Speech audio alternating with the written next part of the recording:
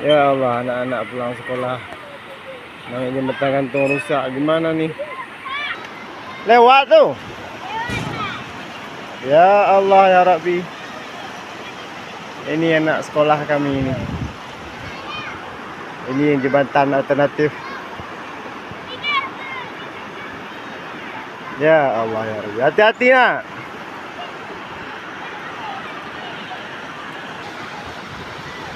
Beginilah teman-teman kondisi kami di Betung Ata. Ini SD 1 numpang ke SD 2. Jadi ketimbang jalan jauh, mereka memilih untuk melewati jembatan tali ini. Bisa tuh? Oh, udah pengalaman rupanya. Ini Pak gurunya juga lewat jembatan ini.